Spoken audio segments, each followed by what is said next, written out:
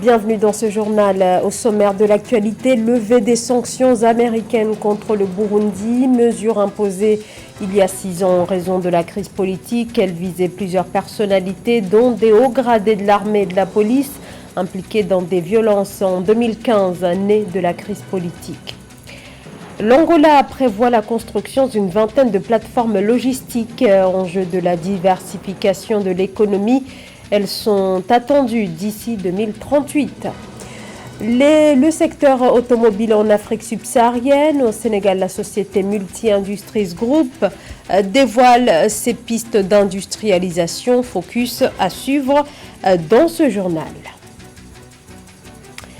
Mais tout d'abord, cette manifestation à Tripoli, des centaines de personnes sont descendues dans les rues vendredi pour protester contre les candidatures de Saïf al-Islam Kadhafi et de Khalifa Haftar à l'élection présidentielle du 24 décembre prochain. Le fils de l'ancien président libyen Mouammar Kadhafi, emprisonné puis en résidence surveillée depuis une décennie, a présenté il y a quelques jours sa candidature. Saïf al-Islam Kadhafi, également recherché par la Cour pénale internationale pour crimes contre l'humanité.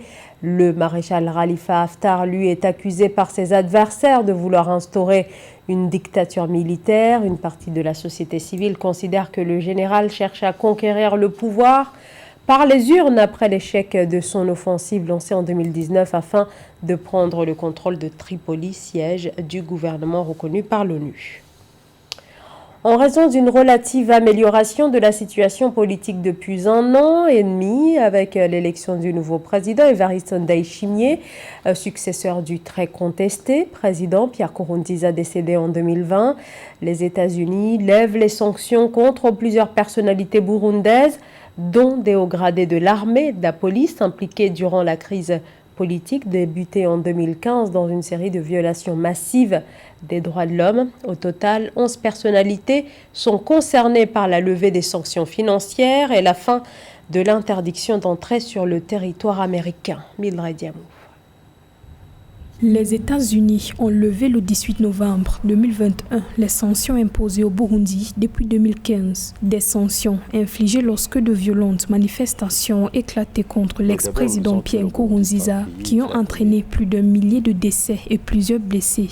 La décision américaine intervient 2 jours après que l'ambassadrice américaine au Burundi, Melanie Higgins, a rencontré le président burundais Évariste Ndayishimiye à Gitega.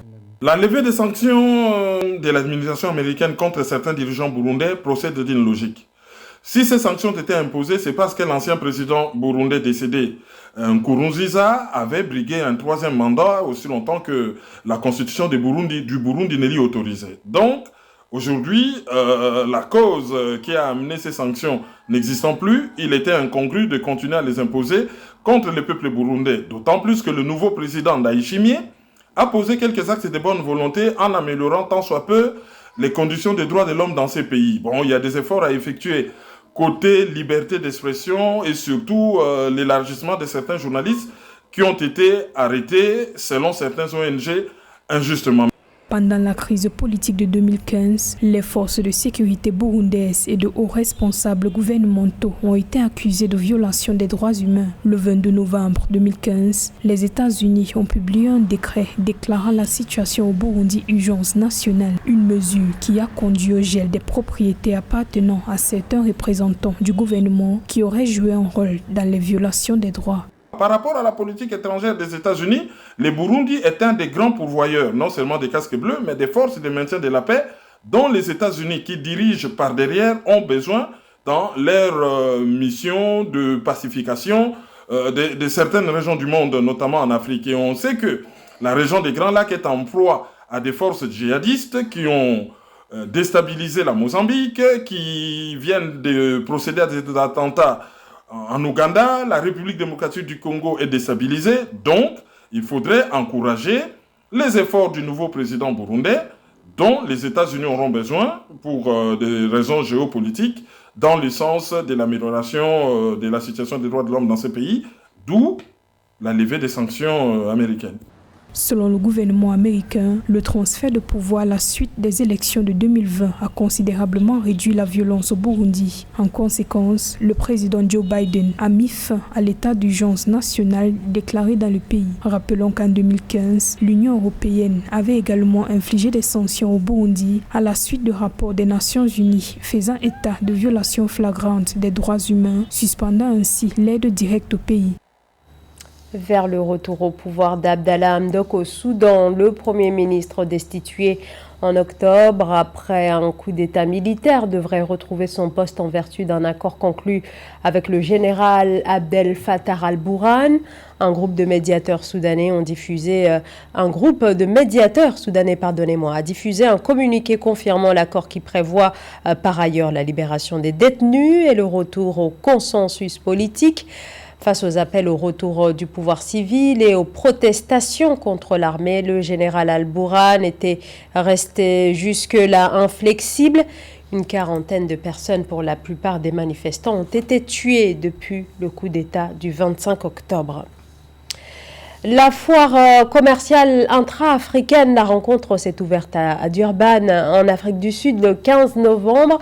Elle referme ses portes ce dimanche. Cet événement participe à faire avancer la zone de libre-échange continentale. L'événement est organisé par la Banque africaine d'import et export, Afreximbank, en partenariat avec l'Union africaine et le secrétariat de la zone de libre-échange continentale africaine. Une deuxième édition qui se poursuit donc à Durban où l'on retrouve notre envoyé spécial Ange Nomegno. Bonjour à toutes et à tous et bienvenue dans cette rubrique de l'exposant du jour. Vous nous suivez depuis Durban en Afrique du Sud. Et bien sûr, je suis avec notre exposante du jour qui va se présenter. Mais bien avant, je passe la parole à notre monsieur qui est juste à droite. Il va se présenter également. Il fait partie de la fondation Tony Elumelu. Hello, sir. Hello. How are you? Very well, thank you. Okay, can you introduce yourself? My name is Keside Anosuke from the Tony Elumelu Foundation. We are the leading philanthropy empowering African entrepreneurs across all 54 African countries. To date, the Tony Elumelu Foundation has funded almost 16,000 African entrepreneurs from different parts of the continent. And it's such a pleasure to be here at IATF with some of our entrepreneurs who are here to showcase their innovative and exciting product. Okay, thank you. Hello. Hi. How are you? I'm fine, thank you. Okay, can you introduce yourself? My name is Olivia Oyemobi. I'm the founder and CEO of Padop Creations Limited, a social company in Nigeria that produces reusable sanitary wares, a sustainable solution. So why is the reason of your presence at this show? We started making reusable sanitary pads to solve some of the challenges that girls in Africa face during their menstrual days. We found out that most families cannot provide sanitary pads for their girls. So most of them improvise using dry grasses, leaves, feathers, rags or foams to care for their period, exposing themselves to infection. And sometimes to most of them during their menstrual days, they decide to stay out of school because they don't want to get stained and they don't want to be bullied at school. So we found that a lot of girls were behind their male counterparts in school. So making the reusable one is a sustainable solution, because they have to use this for a minimum period of 1 year and maximum of 3 years. So this solved that problem. It has helped over 3 million girls to be in school during their menstrual days in the last 5 years. And then we have supplies across 18 African countries. We have over 17,000 source points distributing this product across Africa. And through this initiative, we have also been able to create over 200 jobs in Nigeria. So it's really amazing what we do. I mean, Olivia is just an example of the kind of entrepreneurs that Africa is proud to have. You know, her business is not only, getting revenue, but it's also solving a social issue. So I think if that's anything to go by, it shows you that entrepreneurship is actually the way to drive sustainable and economic growth on the continent. At the Tony Elumelu Foundation, we believe solely in empowering African entrepreneurs because we know that they are going to create jobs, they're going to alleviate poverty, and they're just going to spur economic growth. Olivia's product, I mean, look at what she's been able to do since she got the seed capital from the Tony Elumelu Foundation. She's not only creating more jobs, but she's actually changing the lives of girls in grassroots communities who otherwise would not have been able to go to school. Voilà qui met fin à ce numéro de notre exposant du jour. Chers téléspectateurs, continuez d'être câblés sur Africa 24 pour la présentation d'autres exposants. Merci. Le Bénin, qui ambitionne de développer son secteur touristique, s'est récemment doté d'un complexe inauguré à Abomey-Calavi. Abomey-Calavi, c'est une commune qui se trouve au sud du Bénin, située à 18 km au nord de Cotonou, la capitale économique. L'infrastructure est destinée à attirer les touristes locaux et internationaux. Découverte de ce complexe touristique et zoologique dans ce reportage de Lefty Ouf. Opportunité aux touristes du Bénin, de la sous-région ouest africaine, de l'Afrique et du monde d'explorer des espèces animales, végétales et l'art culturel royal béninois à quelques kilomètres de Cotonou au sud du Bénin. Le pays abrite désormais un centre touristique dénommé Complexe touristique Agualand. Il s'agit d'un centre de visite, de tourisme et de recherche qui s'étend sur une superficie de 10 hectares situé dans le département de l'Atlantique, notamment l'arrondissement de Togba dans la commune d'Abomey-Calavi. Le complexe touristique Agualand dispose d'un zoo composé d'une large variété d'animaux rares et exotiques. Comme vous pouvez l'imaginer, il nous a fallu faire un véritable parcours du combattant pour parvenir à cette étape. Pendant plusieurs années, il nous a fallu apprendre et voyager à travers le monde entier afin de mettre sur pied ce complexe qui réserve les semaines, mois et années à venir d'agréables surprises aux visiteurs. Le scientifique peut venir ici simplement rester quelque part, voir le comportement de vos autres visiteurs. Voir un peu comment est-ce que vous arrivez à tisser des liens avec ces animaux-là. Mes collègues qui sont dans les sciences sociales, dans les sciences humaines, ça va énormément les intéresser. Au plan culturel, le complexe touristique Agualand promeut l'identité culturelle du Bénin. On y retrouve des représentations des palais royaux et un espace culturel de présentation des cultes et danses traditionnelles. J'ai visité et le travail est hautement professionnel.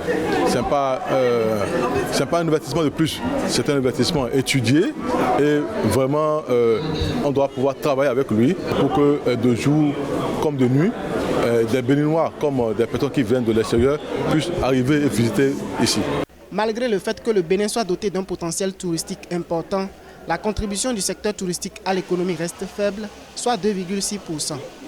La promotion de la destination Bénin constitue l'un des enjeux de l'État afin de doubler d'ici à 2025 l'apport du tourisme au PIB. C'est la fin de ce journal. Merci à vous de nous avoir suivis. Restez sur Africa 24 pour une autre page de l'information.